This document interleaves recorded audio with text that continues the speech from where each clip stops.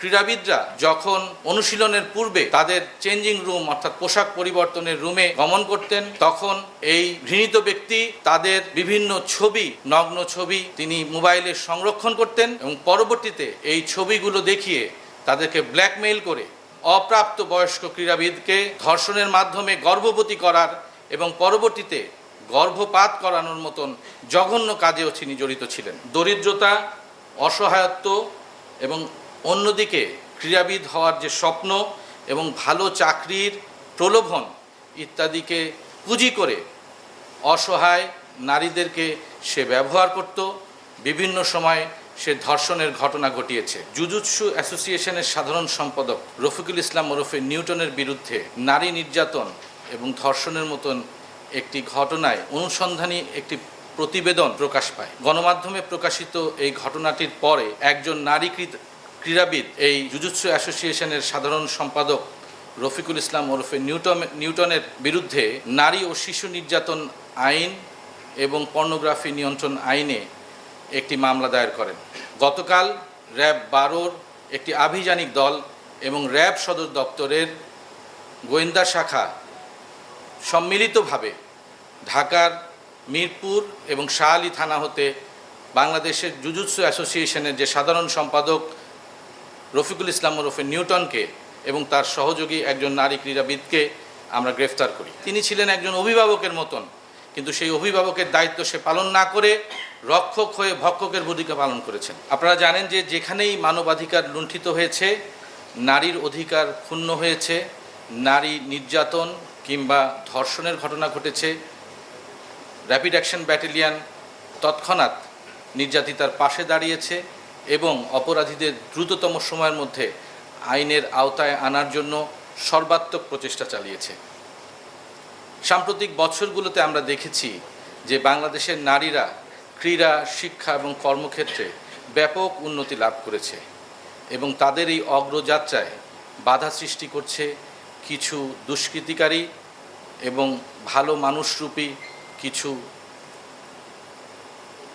ব্যক্তি।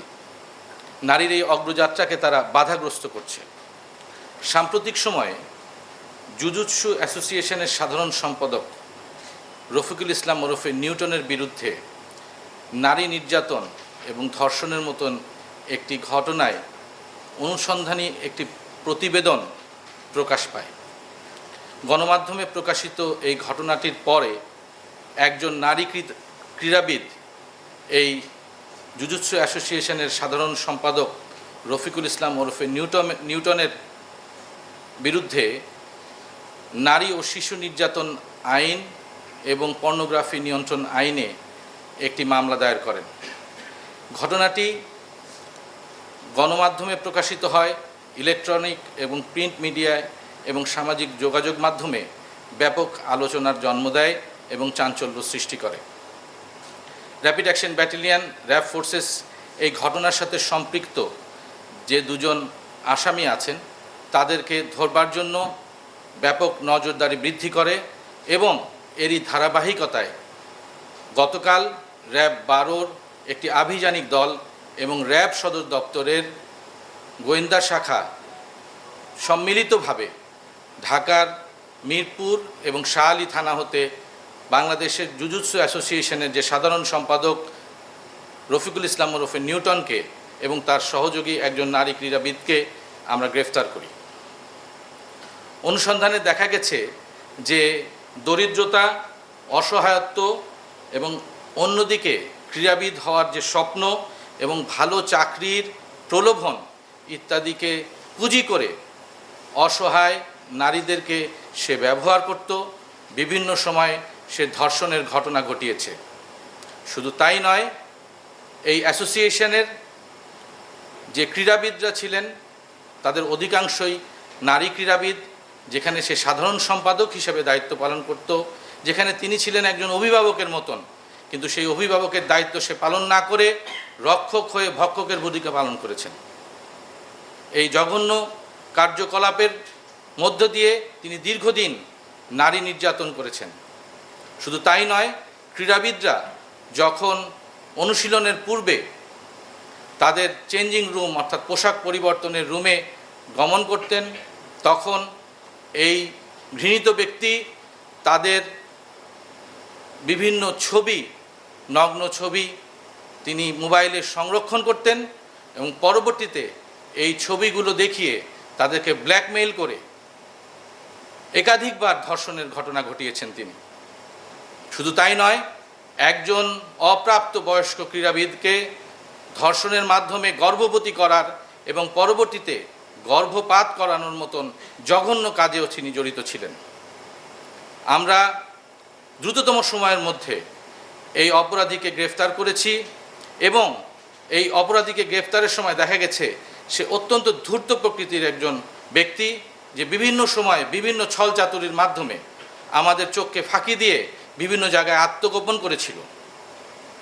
আমরা চাই নারীর অধিকার প্রতিষ্ঠিত হোক এবং আমাদের সমাজে যারা আমাদের অভিভাবক হিসেবে দায়িত্ব পালন করছেন তারা আরও সচেতন হবেন এবং নারীর অধিকার এবং নারীর নিরাপত্তার বিষয়টি তারা সবার অগ্রে, সবার উপরে স্থান দিবেন।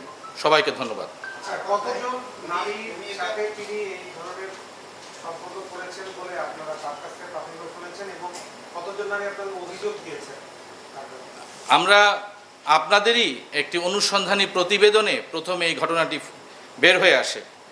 আমরা সেই সাংবাদিকগণকে সাবাসী জানাই এবং একজন নারী যে প্রতিবাদী হয়ে তার বিরুদ্ধে যে অভিযোগ দায়ের করেছেন তাকেও সাবাসী জানাই।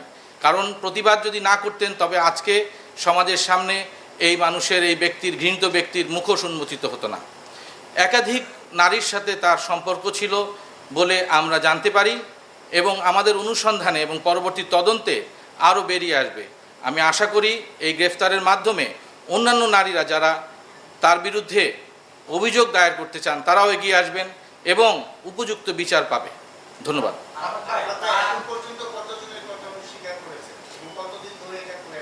আমরা আজ দুপুরবেলায় তাকে গ্রেফতার করেছি। এর ব্যাপারে আমরা আমাদের তদন্ত চালু রাখব এবং অনুসন্ধানে বের হয়ে আসবে। তার মোবাইলে অজস্র ছবি আছে, বিভিন্ন নারীর সাথে যে সে সম্পর্ক করেছে তার সে ভিডিও ধারণ করেছে, সেই সকল ছবিও আমরা পেয়েছি। আমরা নিরাপত্তার স্বার্থে এবং সামাজিক সম্মানের স্বার্থে সেই জিনিসগুলো আমরা আপনাদের সামনে এই মুহূর্তে প্রকাশ করছি না, তবে তদন্তে এগুলো বের হয়ে আসবে বলে আমি সুনিশ্চিত। একাধিক।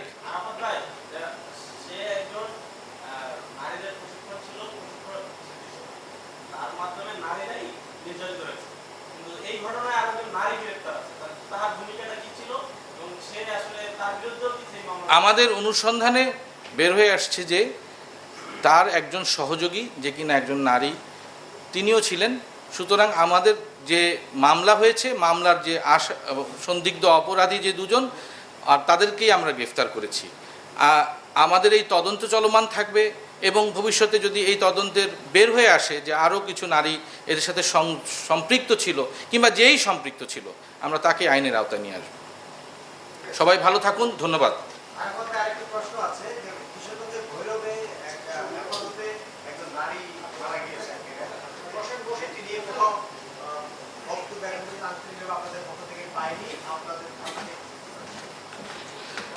আপনাকে ধন্যবাদ।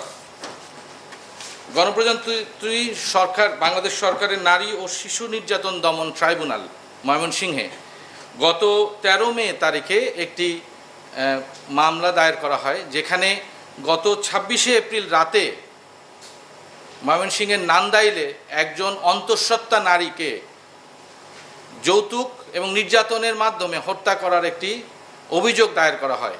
এই অভিযোগের প্রেক্ষিতে যারা মামলার আসামি দুজনকে আমরা গ্রেফতার করি এবং গ্রেফতার করার পরে তাদেরকে আইনের আওতায় নিয়ে আসার জন্যই ক্যাম্পে নিয়ে যাওয়া হয় এবং সেখানে একজন অসুস্থতা বোধ করলে তাকে চিকিৎসার জন্য আমরা স্থানীয় স্বাস্থ্য কমপ্লেক্সে নিয়ে যাই এবং স্থানীয় স্বাস্থ্য কমপ্লেক্সে তাকে যদি মৃত অবস্থায় পাওয়া যায় সেটা ডাক্তারি পরীক্ষার মাধ্যমেই প্রমাণিত হবে যে কী কারণে তিনি মৃত্যুবরণ করেছিলেন। আপনাদেরকে ধন্যবাদ।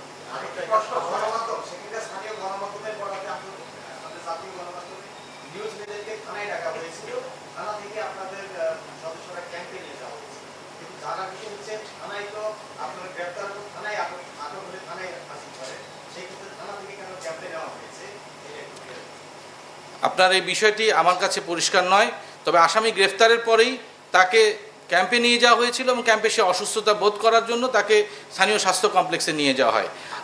আপাতত এটুকুই আমার কাছে আছে।